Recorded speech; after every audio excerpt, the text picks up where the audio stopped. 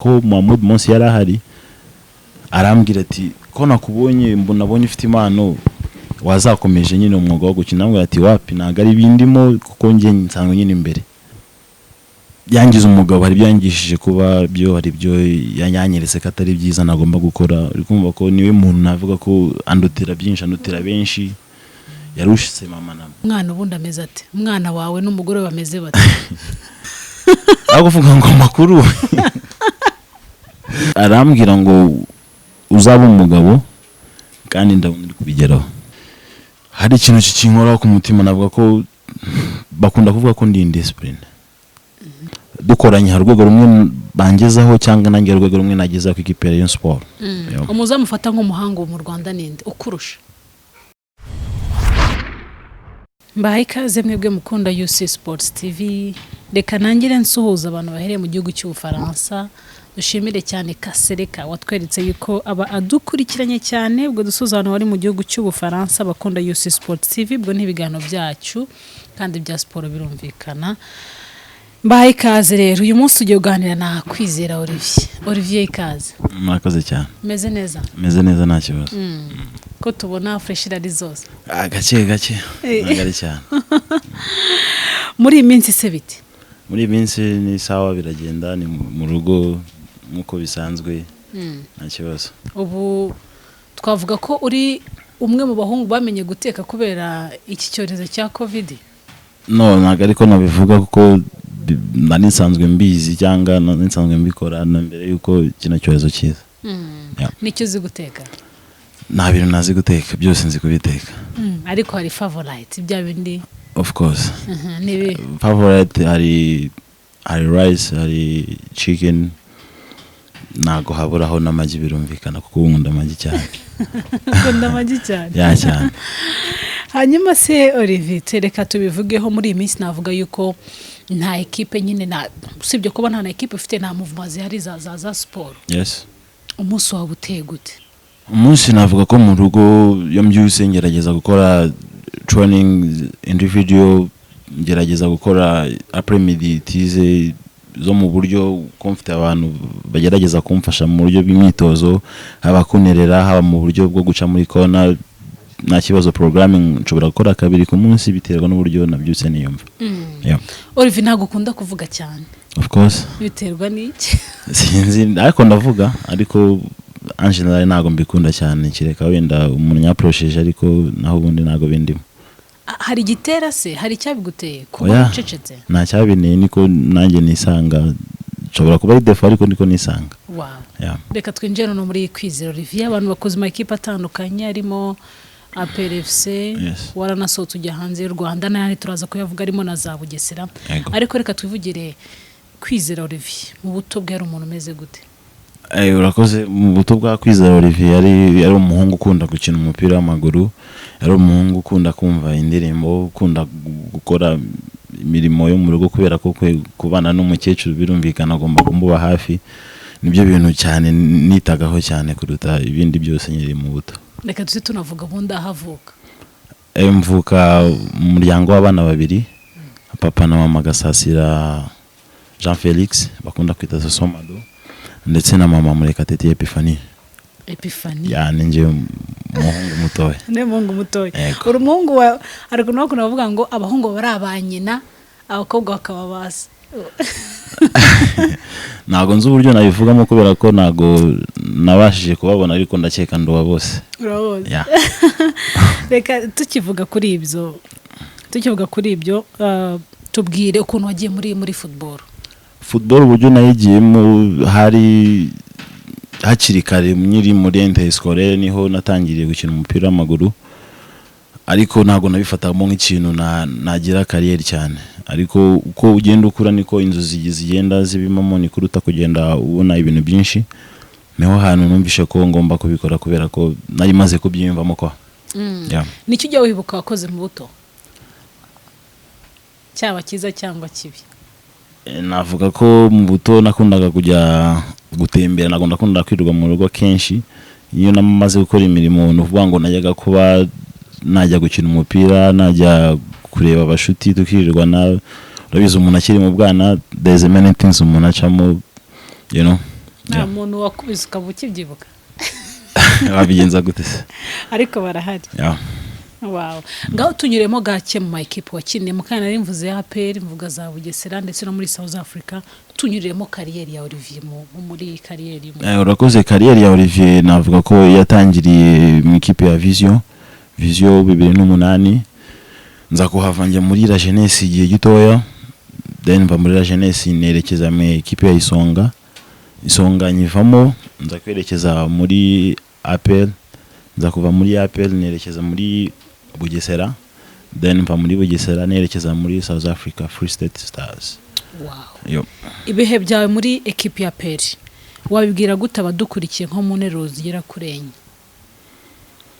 Byari ibihe navuga ko ari byiza kubera ko niho natangiriye kumva ko ari kariyeri noneho ifatika numva ko hari icyo nabibyazamo umusaruro nkafasha ku giti cyanjye ndetse nkafasha n'igihugu muri rusange kubera ko nabonaga ko ibyo nzi hari abashobora kubikenera bitari muri ngewe gusa numva ko ikipe ndimo hari byinshi yamaye cyangwa hari byinshi yangishije navuga no mu buryo bwa discipline mu buryo bwo kugira icyo ugeraho mu buryo bwa gufasha birumvikana ni ikipe navuga ko nakuyemo byinshi nayishimira cyane mu gihe nabashe kuyibamo. Usohokamo wasohotsemo harya ryari byo byatewe n'iki? Nasohotsemo icyo gihe nari nabonye invitation y'ikipe ya BDVest Weights yo muri South Africa mbasaba ko bamfasha mu buryo bwo kugira ngo mbashe kujyayo then niho nabashije kuyivamo ariko sinabasha kubona ibyangombwa nza guhita nerekeza muri Bugesera. Kujya muri Bugesera ntago habaho abantu b'abacanege bakubwira bati birarangiye cyangwa se nawe ugatekereza uti nshobora kuba ndimo nagenda nshita donc revo nari ndimo ahubwo ndi gusubira hasi? Of course birumvikana nago byabura hari comments zishobora kuza kuri wowe zivuga yuko level wari uriho n'ahantu ugiye ubungubu biratandukanye ariko ikintu cyose iyo ufite intego na mpamvu utakigeraho numva ko Bugesera ntago ari small team cyane ariko hari icyo ngiye kwigiramo hari icyo ngiye kuyikuramo kugira ngo izabashe kumbera inzira zerekeza ku rwego rwa profession. Hari amakuru mfite nyeneye ayimamo bivuga ko kuva mu Rwanda rekeza muri South Africa wabonye ne equipe ujyamo ngo rwa rugendo rutoroshye kwizi ntago byari byoroshye ariko ndashimira Imana ko byabashi gucamo cyangwa nkanagerayo mu mahoro ariko vraiment ntago byari byoroshye byari bigoranye cyane pe. Bivuga ko ngo ushaka ko ragiye n'amaguru nibyo? Nagiye na bisi ariko ngo byafashe ngo nk'ibyumweru bitatu? Byamfashe iminsi 5. Uri muri bisi? Ndi muri bisi uri kumva ko wavaga muri bisi imwe ugera mu yindi ni igihugu ku gihugu nago hari ne rutabasha kurenga uri muri bisi birumvikana. Tubwira urugendo ko byari bimeze?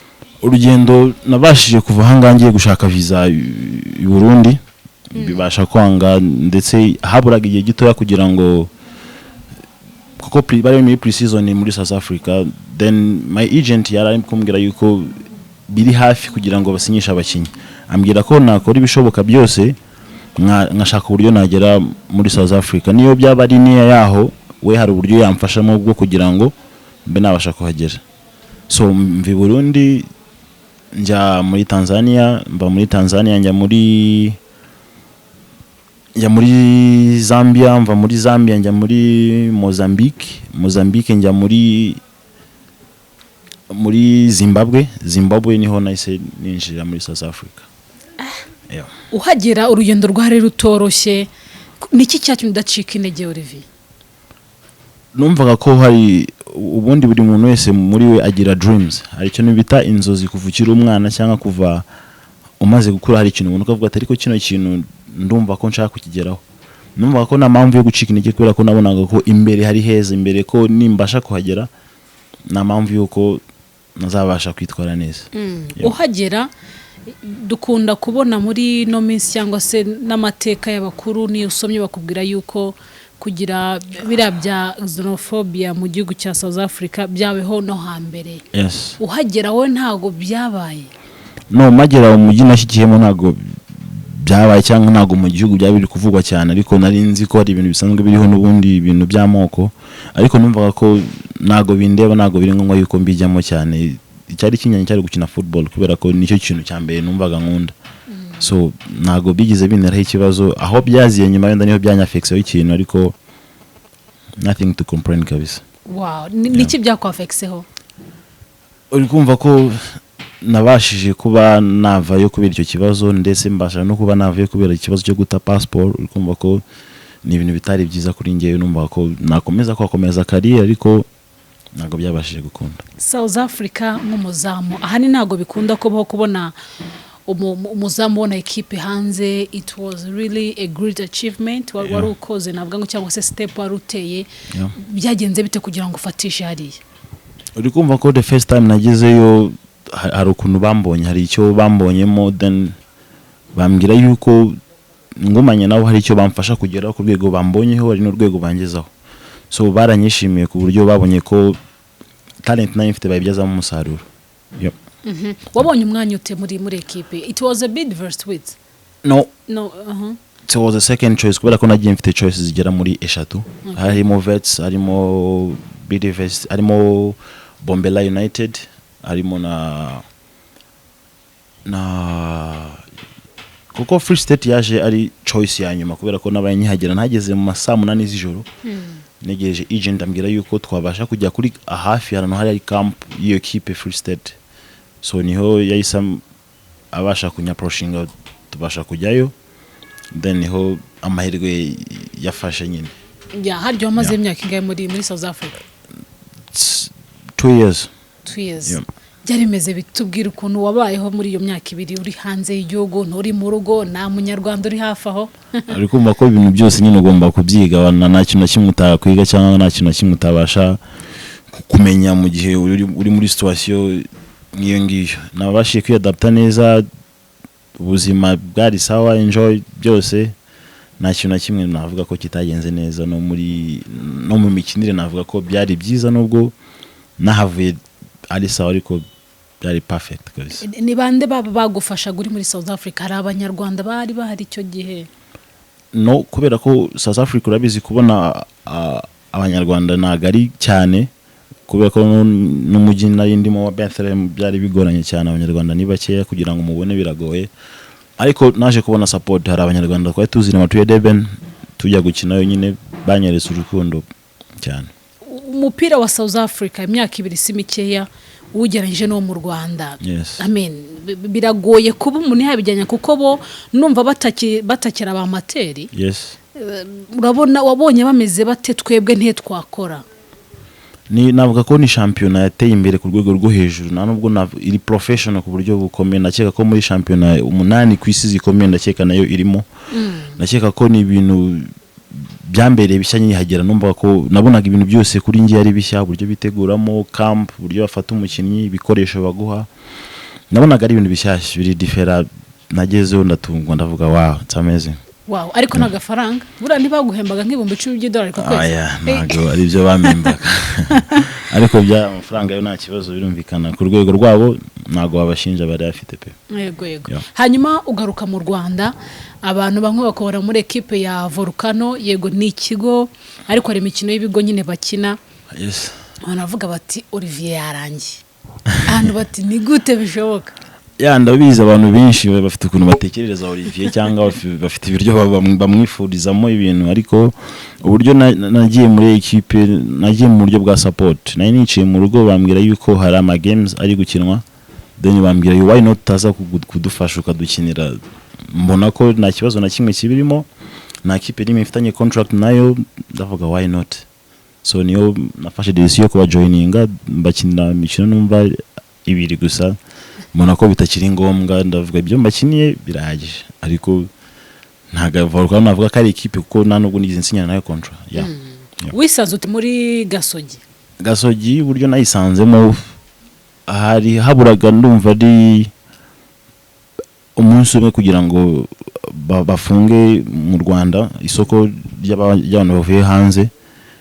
Meho nafashe decision ndavuga ati se why not nakwicara reka nshaka equipe nyine igihe gitoya kugira ngo mbone ngome kuri fit, then kugira ngo isaha nabona equipe cyangwa nabona invitation nabasha kugenda ameze neza. Nibwo buryo nacuzinzemo Gasogi. Ni equipe ukiniye navuga ngo ni sezimwe. Ni equipe imeze gute? Bisuraza gukomezanya nayo bimeze bite?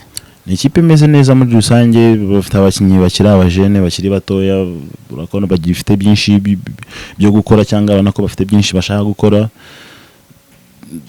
Nisanzemo neza, banyakiriye neza, cyo navuga ni ikipe nziza ifite ubuyobozi bwiza, perezida urabizi yita ku mupira, nta kintu nabashinja pe. Ntago byakugoye Olivier? Oya, ntago mbyangoye kuko ni ikipe iri muri première division, ni ikipe n'ubundi ya kompeta.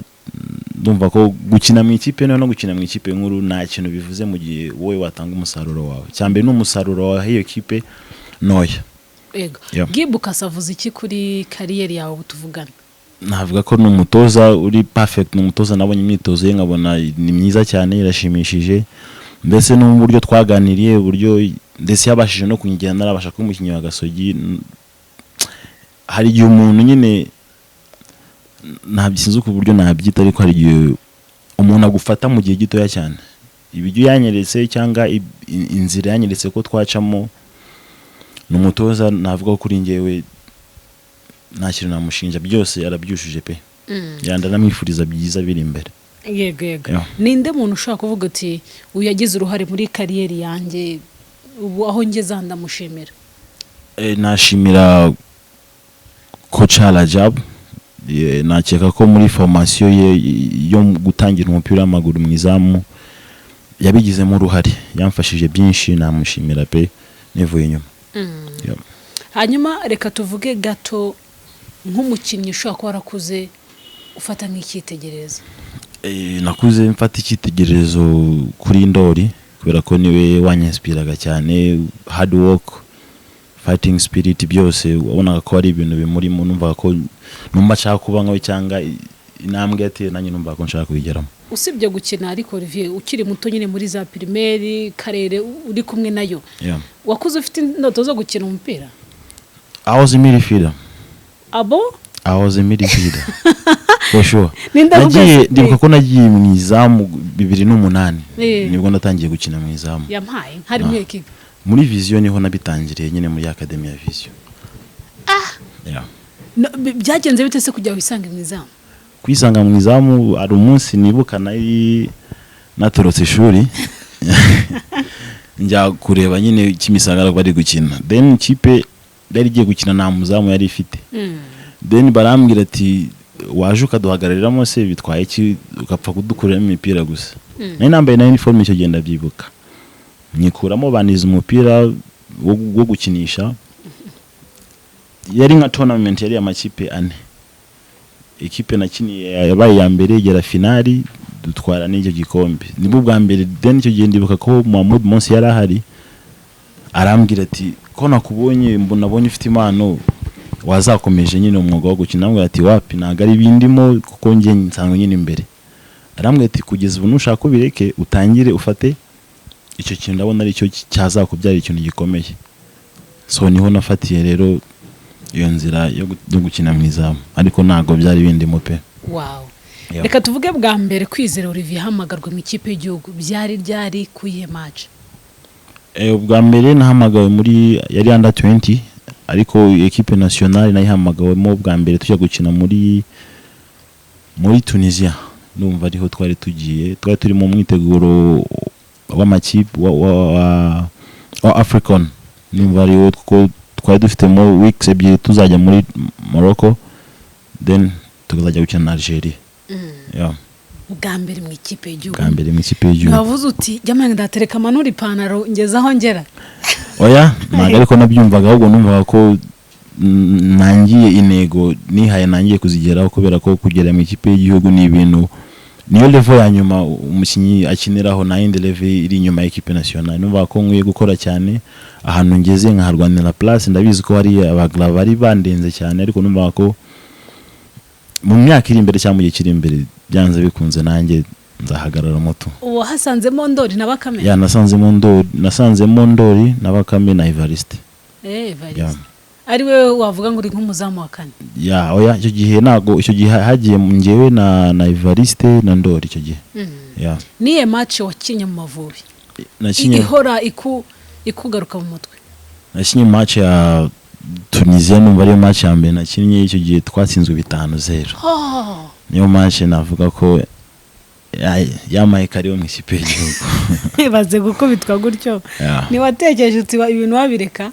Oya ntago ariko nabitekereje, ahubwo natekereje uko byagenze, impamvu ninjye byagiyemo, mbona ko yes numva ko hari byinshi ngomba guhindura, imyitozo myinshi icyo gihe numva ko ubutaha bitazongera gusubira. Nyuma yaho nyine urakomeza ugenda unahamagarwa birakomeza gutyo, ariko mu minsi yashize nibwo hari match yabaye.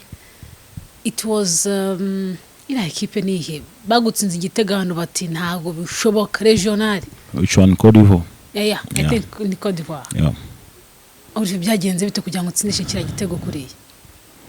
Uko hari ikintu ubundi bita confidence cyangwa hari ikintu kiba mu gihe utabiteguye, uburyo umupira wagarutse, uburyo nawo control target yanjye ya mbere yari ukudegaje imbere. Ariko mu kudegaja ngiye kudegaja mbona umuntu yamaze gutera tackle, ndavuga ati hano ninyitera tackle ko ndi miza n'ubundi ndayimushota. Mfata nyine decision yo kuba nagarura umupira niko kugarura ndabobora, ariko ntago byari byiza kuri side yanjye. Wararyamye urasinzira? Uri kumva ko nasinziriye bitinze, nabitekerejeho ariko nyine nk'umuntu ugomba giving up kuko na mpamvu yo gukomeza kubitekerezaho cyane, kubera ko it's a game. If you make a game you have to make a mistake.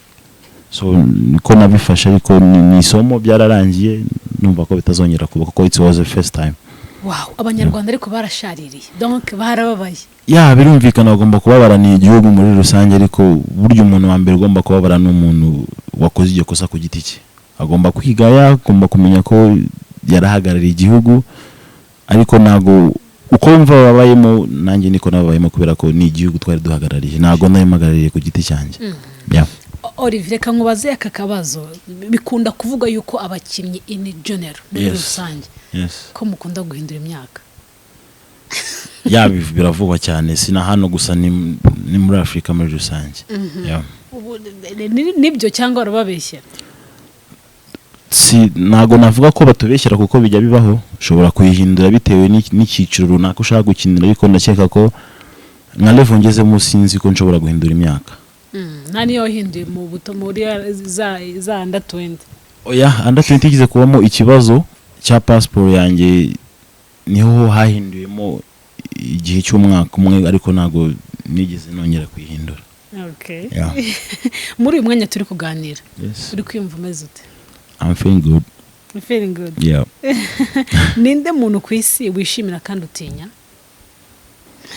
Navuga ko kuri ino si umuntu nishimira nyogokuru wanjye, kubera ko since I have 2 months niwe wanyitaye kugeza ndi umugabo ngubu. Ni nayo muntu ninya cyane, kubera ko yangize umugabo, hari byangishije kuba byo, hari byo yanyanyeretse ko atari byiza nagomba gukora. Uri kumva ko niwe muntu navuga ko andutira byinshi, andutira benshi, yarushitse mama na papa, kubera ko yahabaye muri iyo myaka yose batari bahari. Niwe muntu rero navuga ko aranyinspira cyane, ndamukunda cyane pe. Wow, ese undi ameze ate? Ni umukecuru wageze mu kigero cy'imyaka 86. Uri kumva ko ni umuntu ukeneye kumwitaho, ukeneye kumuba hafi, ndamwishimira cyane pe. Ngo gukubise igishi bakwemera uciye akagigucapa? Nta kibazo, nta kintu wakoraho ko n'umubyeyi. Wow. Ndi ahora guhitura, ahora kubwira ikintu ugomba gukora. Ni igiki sakunda kukubwira niyo muri kuganira nk'ubyo wamusuye? Arambwira ngo uzaba umugabo kandi ndabona uri kubigeraho. Wow. Olivier, tukivuga ku bya famille, mu kanya gato bivuze muri introduction ko nyine uri umuhungu wa Sosomado. Niyo bari kubivuga bumva umeze ute? Navuga ko bintera ishema cyane pe. Cyane. Navuga yuko nyine ko mukecuru hari ni amahirwe ufite kuko yarababonye byinshi uvuka n'iki, donc arabazi. Akunda kukubwira iki nyine kuri bo? Akunda kumbwira ko bari abantu b'abahanga mu byo bakoraga, kubera ko bari abahanzi. Ambwira yuko na mbere yuko bashyira umuziki imbere cyane, bashyize urukundo imbere, kubera ko nago ibyo bakora gusa bikoraga mu ndirimbo. Kumva ko hari urukundo bashyiraga hanze, hari urwo berekanaga. Yambwira ko ikintu cya mbere kibaho ugomba gukunda, ugomba gufasha ndetse no kubaha. Ambwira ko ibyo bintu byose bari babifite, bakundanaga, baruhanaga. Ambwira ko ari abantu bamutangaje. Wow. Yeah. Hari akazina numva bajyaga bakwita itamaji. Yes. Donc ubona yuko byari gushoka yuko nawe ari kumuhanzi. Ntago numvaga ko byanze bikunze ni nakina umupira ngomba ku muhanzi, kubera ko nakunda kwirirwa mu ndirimbo, gitari, ibintu nk'ibyo. Numvaga ko byanze bikunze ngomba kuzabikora. Wow. Yeah. Birangira kariyeri igiye mu mupira. Birangira kariyeri igiye mu mupira. Ubu ushaka kudekona. Oya, biragoye. Olivier nyemera tugaruke gato muri ya PRFC uyirimo. Hari agasaga kigize kuba. Yes. Umukobwa azana umwana ku kibuga mwakoragaho imyitozo ukiri muri equipe ya PL. Yes. Akubwira ko amuteye inda. Umwana ubundi ameze ate? Umwana wawe n'umugore bameze bate? Urakoze kumbaza kuri icyo kibazo. Navuga ko byari bigoye, byari bikomeye, byahatari, ndetse n'abafande kubyumva byarabagoye.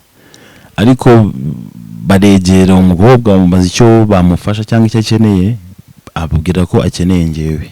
Bambwira yuko namuteye inda. Then baramubaza se Olivier muherukana ryari? Abwira ko Olivier duherukana agikina mu Isonga, kandi nimaze 2 years muri APR. Then baramubaza bitewe na Olivier ko tutari kumva ikibazo hano kiri, muherukana umuntu agikina mu Isonga, then uri kutubwira yuko utwite inda y'amezi 2. It's nonsense, ntago byumvikana. Then nyuma aza kugaruka ahantu twabaga Kimihurura, arongera hasanga warushinzwe nyine kugadinga hariya Kimirano twari turi. Aramubaza, aramusobanurira byose ukuntu byagenze. Arambwira ati ngewe Olivier turaziranye, ariko muheruka agikina mu Isonga. Umufana nongera mumaze ikibazo se kutubwira yuko utwite inda y'amezi 2 kandi Olivier mukaba muherukana agikina mu Isonga, iyo utwite bite? Nawe biramutangaza uburyo abivugamo. Ariko ngewe ikintu cya mbere nshaka umuntu umfasha gusa nta kindi. Abo? Baramwira gute se kandi papa w'umwana ahari? Arabwo ati nge nabuze ukuntu nabigenza ko Olivier ni umuntu nabonye tuzeranye ufite ubushobozi, mbasha guhitamo kuba navuga ko ari we. Ariko muri rusange ndamubeshyira, ntago mbizi pe. Ndamufata tujya ku murenge Kimihurura. Ndavuga ati tugende dushyine ikibazo mu murenge, ntihagire ikintu kivuka gikomeye, tuzatabaza mu murenge batujyane mu manyiko. Tujyayo ndamwandikisha ibintu byose, no ku murenge nabo basobanurira nk'ibyo ngibyo yasobanuriye aho ngaho. Barambwira ko ntago byumvikana. Ni gute umuntu mwamuherukana, tuvuga urugero 2014 mugahura 2016 utwite inda y'amezi 2? Ntago byumvikana, kereka nimba ari inda y'ikive hejuru. Ntago byumvikana. Noneho nyuma aza kunyegera arambwira ati sorry kuba narabicishije mu bantu nkajya kuguteza abantu mu bintu bitari byo, ariko ngiye bishobotse wayumfasha. Ndabwira ko ngenda kubuzi iyo utabicisha muri ubwo buryo, ntago ndi umuntu yo kuba naguterana ngo me nagufasha mu gifite kibazo. Nimba warabonye ko se w'umwana adafite ubushobozi, waye n'udutaje unyegere umbwira ikibazo kuno giteye. Arambwira nagize ubwo bambura uburyo mbigenzamo mu rugo, baranyirukana, mbona nta indi choice, mitamo kuza ku kibuga.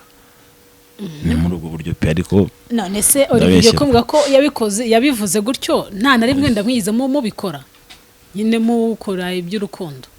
Urukumva ko n'umuntu duhirukana mukundana, ariko ntago nigeze nkundana nawe. Turaziranye ko Clarisse nziranye nawe. Uri kumva muri iyo myaka 2 dutandukanye, ntago najya kuvuga ngo Clarisse ngo amfitiye umwana. Mu buhe buryo yaciye Yesu niwe watwise, niwe batwise hatabahe ubwo buryo. Sinzi ubwo nanjye ubyo byaba byaragenze rero. No uvuga ngo ubu amakuru y'umwana we n'umugore wawe ntayuze? No, why not kugira kuvuga ngo n'umugore wanjye kandi atari. Aho kuvuga ngo amakuru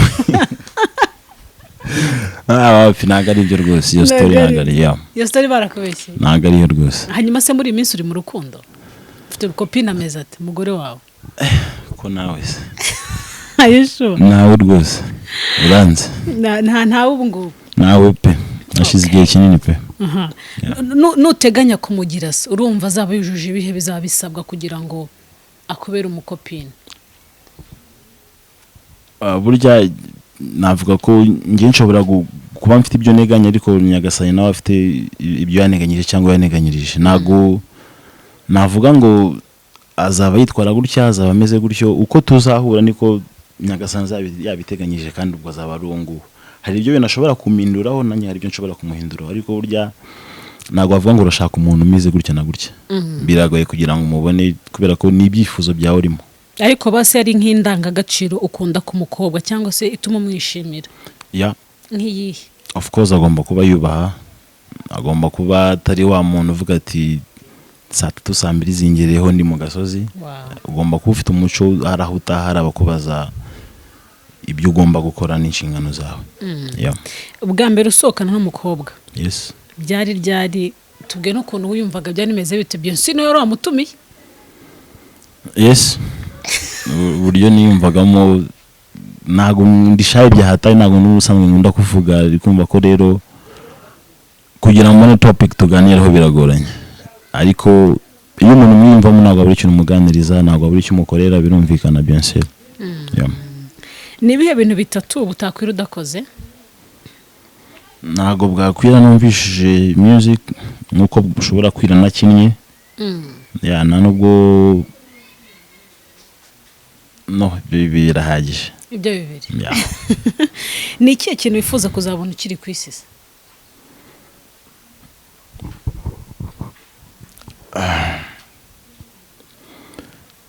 Ntacyo nifuza, ahubwo hari icyo nshaka gukora. Navuga ko nshaka gukora ibyiza n'umuntu atabyifuza, ariko nshaka gukora ibyiza kugira ngo ejo bundi ningenda nzagenda mvugwa neza, pana kugenda mvugwa nabi. Uramutse ugiye urumva wazavugwaho iki? Ko nagenda nzi ko abantu bazi ko Olivier ari indiscipline. Gosh, reka tuvuge nk'inzozi ufite muri kariyeri yawe. Nize nombero ufite? Inombero mfite no gukina professional kandi kure cyane. Olivier, muri uru rugendo rwa umaze imyaka irenga ingahe ukina umupira w'amaguru, nizihe nkuru mbi zakuvuzweho cyangwa se nihe nkuru yakuvuzweho, yaba ari mwitangazamakuru se cyangwa hanze yaryo, bikaba bikiri ku mutima wawe?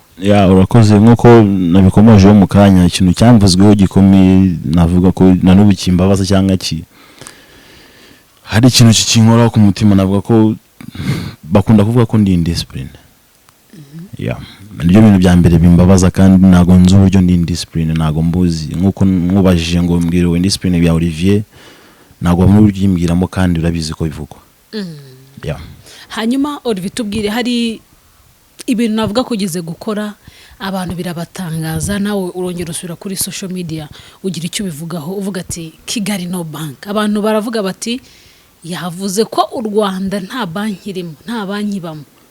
Iyo navuga ko ni imyumvire y'abantu niko babyumvishije. Buriya njyewe Olivier gutanga interview ufite uburyo ushobora kuyihinduruka ukayumvamo, abandi bantu bakayumvamo ukundi, ariko kubera iki nshobora kuvuga ngo nta banki iri mu Rwanda se, kandi eske mbitsa heze wowe bitsa hehe? Tubitsa mu Rwanda, ahubwo cyabaye uburyo abantu babyumvishemo nabi. Message nyina tambukije, hari groupe twabaga turimo yitwaga Kigali no bank, money spend Kigali no bank. Ijambo rya ndayakatanyishyiraho Kigali no bank, nago ngishyiraho money spend, nashyizeho Kigali no bank. Kubera ko iyo abantu iyo groupe nari ndimo, iyo foto nibo nayifotoye ndayiboherereza, mbibona ko hanze nyine biri kuvugwa ngo navuze ko mu Rwanda na banki hari. Ndavuga come on, kubeshya muri gucreate ibindi bintu bidakenewe. Nihe mpamvu eske mbitsa ubitsa he? Ni mu buryo nabajije buri muntu wese, ariko nago nigeze mvuga nabi pe. Olivier, uramutse ufashe nk'umukobwa mukundana ariko guca inyuma n'umuhungu w'inshuti yawe, wabyifata mote? Icyambere nago ngomba kurakarira umuhungu w'inshuti yanjye, kubera yuko yangaragarije ko dukundanye ndari umunyantege nkeya. So nago namurenganya nkuko no mukobwa nago namurenganya. Hari impamvu yabateye nazi, so nta mpamvu yo kubigira big deal, ubwo bahagumana ndakeka. Yamaye wahita umukatira? Nese ubwo gute mu buhe buryo suko ntabwo byumvikana. Olivier, ugize nk'amahirwe yo kugira nk'ikintu hindura ku mateka yawe cyangwa se ku bintu byakubayeho kera yes nibihe bintu bitatu wahindura byakubayeho? nabanza nkahindura kwanza umukino wa Côte d'Ivoire. Iki kintu cya mbere nabanza guhindura. Ikindi nahindura imyitwarire yanjye cyangwa uburyo abantu banyumva mu bumva izina Olivier. Ntago udashinyikana ko ufite iyo mpano bavuga ariko ibindi bivugwa inyuma nicyo kibazo. Ya ndumva ibyo bintu narwanira guhindura. Ese iyo babivuga kwanza reka tuvuge nk'abantu bagufata uko ni gute wakwibwira abantu uriwe ku buryo nyine ariko bajya bagufata?